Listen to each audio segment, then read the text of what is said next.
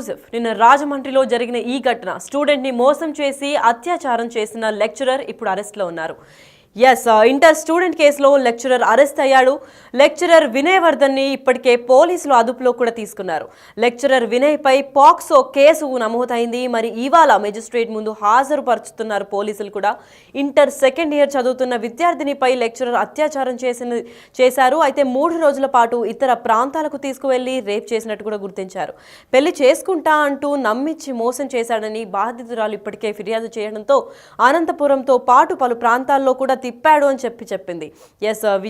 వినయ్ వర్ధన్ చివరికి భీమవరంలో వదిలి పరారైపోయిన లెక్చరర్ వినయ్ వర్ధన్ ఇప్పటికైతే పోలీసుల అదుపులో ఉన్నారు. మరి పాక్సో యాక్ట్ కింద నమోదైంది కాబట్టి ఏమేమి చట్టాలు ఈయనకి ఫలిస్తాయి, ఏమేమి శిక్షలు ఈయన పడతాయి అని చెప్పి దానిపైన అయితే చూస్తూ ఉండాలి. మరి ఈ స్టూడెంట్ మోసం చేసిన లెక్చరర్ పైన, ఈ ఘటన పైన మరింత ఇన్ఫర్మేషన్ ఇవ్వడానికి ఏలూరు నుంచి సాగర్ లైన్లో ఉన్నారు. వారిని అడిగి తెలుసుకుందాం. సాగర్, చెప్పండి. ఇప్పటికే అంటే నిన్న పరారీలో ఉన్న లెక్చరర్ ఇప్పుడు అందుబాటులో ఉన్నారు, పోలీసులు అదుపులోకి తీసుకున్నారన్నారు. దీని తర్వాత యాక్షన్ ఏమై ఉంటుంది? లక్ష్మి ప్రేమ పేరుతో మోసం చేసి వంచించి 3 రోజుల పాటు విద్యార్థిని పలు ప్రాంతాల్లో తిప్పినటువంటి లెక్చరర్ ఎట్టకేలకు పోలీసులకి చిక్కాడు. రాజమండ్రి ప్రైవేట్ కాలేజీకి చెందినటువంటి వినయ్ వర్ధన్ ఒక ప్రైవేట్ కాలేజీలో పనిచేస్తున్నాడు, ఇంటర్ కాలేజీలో.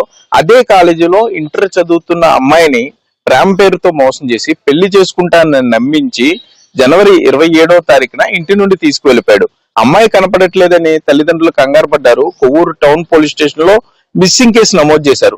అప్పటి నుండి కూడా పోలీసులు అమ్మాయి గురించి గాలిస్తున్నారు. అయితే వినయ్ వర్ధన్ పోలీస్ కేసు నమోదైంది అన్న విషయం తెలియగానే ఆ అమ్మాయిని భీమవరంలో వదిలి పరారయ్యాడు. అప్పటికే అనంతపురం, విజయవాడ, భీమవరంతో పాటు పలు ప్రాంతాల్లో 3 రోజుల పాటు ఆ అమ్మాయిని తిప్పడం జరిగింది. పెళ్లి చేసుకుంటాను కూడా నమ్మించాడు. కానీ వినయ్ వర్ధన్కి గతంలోనే పెళ్ళైనట్లుగా పోలీసులు గుర్తించారు, పిల్లలు ఉన్నట్లుగా కూడా గుర్తించారు. 45 సంవత్సరాలు ఉన్నటువంటి ఈ వినయ్ వర్ధన్ ఇంటర్ చదువుతున్నటువంటి మైనర్ పిల్లను ఈ విధంగా మోసం చేసి లైంగిక వేధింపులు గురి చేయడంపై పోలీసులు అయితే చాలా సీరియస్ గా ఉన్నారని చెప్పుకోవచ్చు. కేసును కూడా ప్రెస్టీజియస్ గా తీసుకుని కొవ్వూరు డిఎస్పీ దేవకుమార్ ఆధ్వర్యంలో ఒక ప్రత్యేక బృందంగా ఏర్పడి లెక్చరర్ వినయ్ వర్ధన్ గురించి గాలింపు చర్యలు అయితే చేపట్టారు. వెంటనే గాలింపు చర్యలో భాగంగా వినయ్ వర్ధన్ నిన్న అర్ధరాత్రి పోలీసులకి చిక్కడం జరిగింది. సో వినయ్ వర్ధన్ కి సంబంధించి పనిచేస్తున్నటువంటి ప్రైవేట్ కాలేజీలో మిగిలిన అమ్మాయిలతో కూడా పోలీసులు మాట్లాడుతున్నారు. ఇతని బిహేవియర్ ఎలా ఉండేది, మిగిలిన వారితో కాంటాక్ట్ లో ఉన్నాడా, వాళ్ళతో ఏమన్నా అసభ్యంగా ప్రవర్తించాడా, ఇతని అసలు బ్యాక్గ్రౌండ్ ఏంటి, అంతకుముందు ఏ కాలేజీలో పనిచేశాడనే అంశాల్లో కూడా పూర్తి స్థాయిలో పోలీసులు అయితే కూపీలు అవుతున్నారు. మరోపక్క అమ్మాయి ప్రస్తుతానికి క్షేమంగా ఉంది. కొవ్వూరులో ఆమె తల్లికి అప్పచెప్పారు. అక్కడ నుండి వైద్య పరీక్షల నిమిత్తం కాకినాడ ప్రభుత్వ ఆసుపత్రులు తరలించారు. వైద్య పరీక్షలు అక్కడ నిర్వహించడం జరిగింది. అనంతరం మరలా కొవ్వూరు తీసుకొచ్చారు. మరోపక్క ఈ లెక్చరర్ వినయ్ వర్ధన్ ఇప్పటికే పోలీసుల అదుపులో ఉన్నాడు. అతని నుండి పూర్తి సమాచారాన్ని పోలీసులు అయితే సేకరిస్తున్నారు. మరి కాసేపట్లోనే అరెస్ట్ చూపించే అవకాశం ఉంది, మీడియా ముందు ప్రవేశపెట్టే అవకాశం ఉంది. ఈ రోజు సాయంత్రానికి కొవ్వూరులో మేజిస్ట్రేట్ ముందు ఈ వినయ్ వర్ధన్ హాజరుపరుస్తా ఉంటూ కూడా కొవ్వూరు డిఎస్పీ దేవకుమార్ చెప్పారు. అంటే కేవలం ఒక మోసపూరితంగా అట్లాగే పెళ్లి చేసుకుంటాన విద్యార్థిని, తన పూర్తి వయసు ఉన్నటువంటి విద్యార్థిని ఈ విధంగా లోపరుచుకున్న వినయ్ వర్ధన్ కి కఠిన శిక్షలు అమలు చేయాలంటూ కూడా విద్యార్థి సంఘాలు డిమాండ్ చేస్తున్నాయి. మరోపక్క ప్రైవేట్ కాలేజీలో కూడా పూర్తి స్థాయిలో ఎంక్వైరీ చేయాలి. ఇతను వినయ్ వర్ధన్ బాధితులు ఎవరన్నా ఉంటే వారికి కొంత భరోసా కల్పించాలి. మిగిలిన విద్యార్థులతో కూడా కొంత ప్రైవేట్ గా మాట్లాడితే మరిన్ని విషయాలు బయటకు వచ్చే అవకాశం ఉంటుంది. కాబట్టి ఏదో వినయ్ వర్ధన్ దొరికాడు, అరెస్ట్ చేశారు, రిమాండ్ కు పంపించారని కాకుండా కాలేజీలో మొత్తం అమ్మాయిలతో మాట్లాడిన తర్వాత ఎవరైనా బాధితులకి కొంత పోలీసులు ధైర్యంతో మరింత మంది బాధితులు వస్తే వినయ్ వర్ధన్ కఠిన శిక్షలు పడే అవకాశం ఉంటుందని కూడా విద్యార్థి సంఘాలు చెప్తున్నాయి. సో ఈ దిశగా కూడా కొవ్వూరు డిఎస్పీ దేవకుమార్ అట్లా కొవ్వూరు టౌన్ సిఐ విశ్వ ఆధ్వర్యంలో అయితే పూర్తి స్థాయిలో దర్యాప్తు అయితే చేస్తున్నారు. ఈ రోజు సాయంత్రానికి వినయ్ వర్ధన్ మెజిస్ట్రేట్ ముందు అయితే హాజరుపరుస్తారని మనకి సమాచారం అందుతుంది. లక్ష్మి, మరి ఇప్పటికే సాగర్ మరి వేరే స్టూడెంట్స్ ని కూడా విచారణ చేస్తున్నారు అన్నారు. మరి వినయ్ వర్ధన్ కి బాధితులు ఇంకెవరన్నా స్టూడెంట్స్ ఉన్నారా, లేదంటే లెక్చరర్ ఎటువంటి వాడు అని చెప్పి కాలేజ్ యాజమాన్యం ఏమైనా కంప్లైంట్స్ ఇచ్చారా, లేదంటే ఇది ఫస్ట్ టైం ఇది చేయడం, ఇటీవలే ముందేమైనా కేసులు కూడా నమోదయ్యాయా, లేదంటే ఈయన ప్రవర్తన ఎలా ఉండేది కాలేజ్లో? లక్ష్మి సంవత్సరం క్రితం ఇంచుమించుగా అతను ఈ రాజమండ్రిలోని ప్రైవేట్ కాలేజీలో చేరాడని మనకి సమాచారం ఉంటుంది. కాలేజీ యాజమాన్యం ఇప్పటికే అతన్ని విధుల నుండి తొలగించడం జరిగింది. సో అతను విద్యార్థులతో ఏ విధంగా బిహేవ్ చేశాడు అన్న దాని మీద నిన్నటి ఉదయం నుండి సాయంకాలం వరకు ఇటు పోలీసులు అటు కాలేజీ స్టాఫ్ కూడా పూర్తి స్థాయిలో విద్యార్థులతో మాట్లాడడం జరిగింది. ప్రస్తుతానికి అటువంటి ఘటనలు ఏమీ బయటికి రాలేదు. ఈ విద్యార్థి కొవ్వూరుకు చెందిన విద్యార్థిని మాత్రం అతను ఈ విధంగా ప్రేమ పెళ్లి పేరుతో మోసం చేయడం, 3 రోజుల పాటు వివిధ ప్రాంతాల్లో తిప్పడంతో పాటుగా పోలీస్ కేసు నమోదైందని తెలియగానే భీమవరంలో ఆమెను ఒంటరిగా వదిలేసి వెళ్ళిపోయాడు. ఒక మైనర్ బాలికను ఈ విధంగా ఇంటి నుండి తీసుకువెళ్ళటం, మరలా ప్రేమ పెళ్లితో లైంగిక వేధింపులకు గురి చేయడం, మరలా తీసుకెళ్లి భీమవరంలో ఎక్కడో తెలియని ప్రాంతంలో వదిలేయడంతో ఆమె అక్కడ నుండి ఆమె తల్లికి ఫోన్ చేసింది.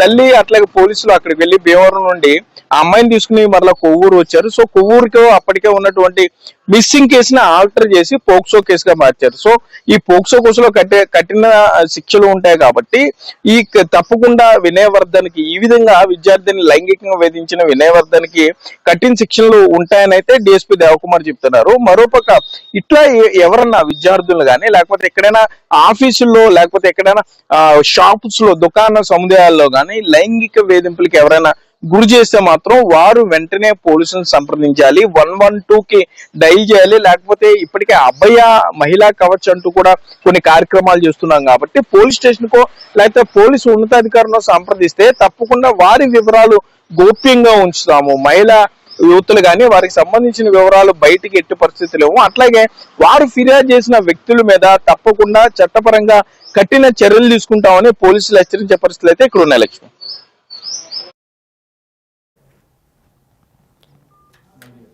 ఎస్, అయితే ఇంటర్ స్టూడెంట్ కేసులో లెక్చరర్ అరెస్ట్ అయ్యాడు. మొత్తానికి 24 గంటల లోపలే లెక్చరర్ని పట్టుకున్నారు, పోలీసులు అదుపులోకి తీసుకున్నారని చెప్పుకోవచ్చు. ఎందుకు అంటే లెక్చరర్ వినయవర్ధన్ని ఇప్పటికే ఆల్రెడీ పాక్సో కేసు కూడా నమోదైంది వినయవర్ధన్ పైన. ఇవాళ మెజిస్ట్రేట్ ముందు హాజరుపరుస్తున్నారు పోలీసులు. మరి ఇంటర్ సెకండ్ ఇయర్ చదువుతున్న విద్యార్థిని ఒక లెక్చరర్ అయి ఉండి అత్యాచారం చేయడం ఎంత తప్పు నేరంగా భావిస్తారో అందరికీ తెలిసిన విషయమే. అయితే 3 రోజుల పాటు కూడా ఇతర ప్రాంతాలకు తీసుకువెళ్ళి రేప్ చేసినట్టు అప్పుడే బాధితురాలు తెలిపింది. పెళ్లి చేసుకుంటా అని నమ్మించి మోసం చేశాడనింది. కాకపోతే ఇప్పటికే ఆల్రెడీ ఇంటర్ చదివే కూతురు కూడా ఉంది. ఇటీవల ఈయనకి పెళ్లి కూడా అయింది. వినయవర్ధన్కి ఆల్రెడీ పెళ్ళే ఇంటర్ చదివే కూతురు ఉన్నప్పటికీ మరో ఇంటర్ చదివే అమ్మాయిని ఇలా రేప్ చేసి లైంగికంగా దాడి చేసి పెళ్లి చేసుకుంటా అని మాయమాటలు చెప్పి మోసం చేసి 3 రోజులు తిప్పని ప్రాంతంలో తిప్పి రేప్ చేసి వదిలేశారు. అయితే దీనికి ఏమేమి శిక్షలు పడతాయి? పాక్సో యాక్ట్ కింద ఆల్రెడీ కేసు అయితే నమోదైంది. ప్రస్తుతానికి పోలీసులు ఫిర్యాదు చేయడంతో ఇప్పుడు పోలీసులు అదుపులో అయితే ఉన్నాడు వినయవర్ధన్. దీని తర్వాత మెజిస్ట్రేట్ నుంచి వచ్చిన తర్వాత మీడియా ముఖంగా అసలు ఈ కేసు గురించి ఇంకా డీటెయిల్స్ ఇవ్వాలి అనుకుని పోలీసులు కూడా హెచ్చరిస్తున్నారు. అయితే పోలీసులు కూడా మీడియా దగ్గరికి వచ్చి చెప్పే అవకాశాలు కూడా కనిపిస్తున్నాయి. అయితే అనంతపురంలో పాటు పలు ప్రాంతాల్లో కూడా ఇప్పటికే వినయవర్ధన్ తిప్పాడు అని బాధితురాలు చెప్పింది. చివరికి భీమవరంలో వదిలేసి పరారైన లెక్చరర్ వినయవర్ధన్ గురించి వాళ్ళ తల్లికి కాల్ చేసి చెప్పడంతో పోలీసులు కూడా యాక్షన్ తీసుకొని 24 గంటల లోపలే వినయవర్ధన్ని అదుపులోకి తీసుకున్నారని చెప్పుకోవచ్చు. అయితే ఇప్పుడు స్టూడెంట్ని మోసం చేసిన లెక్చరర్ అయితే అదుపులో ఉన్నారు. మరి మెజిస్ట్రేట్ ఇచ్చే తీర్పు బట్టి అసలు ఏమవుతుంది ఏంటి అని చెప్పి అక్కడ విద్యార్థి సంఘాలు కూడా బయటకు వస్తున్నాయి. ఇలా చేయకూడదు, లైంగిక దాడులకి ఎవరైతే పాల్పడ్డారో వాళ్ళందరినీ కూడా ఘోరంగా శిక్షించాలి అని కూడా చెప్పుకుంటూ వచ్చారు. అయితే ఇదే విధంగా ఈ లెక్చరర్కి ఏ శిక్షలు పడతాయి, అసలు లోపల ఒప్పుకుంటాడా లేదా, ఇంకేమన్నా సంచలనమైన నిజాలు బయటపడతాయా అనే కోణంలో పోలీసులు అయితే దర్యాప్తు చేస్తున్నారు. దానికోసం అయితే వేచి చూడాల్సిందే.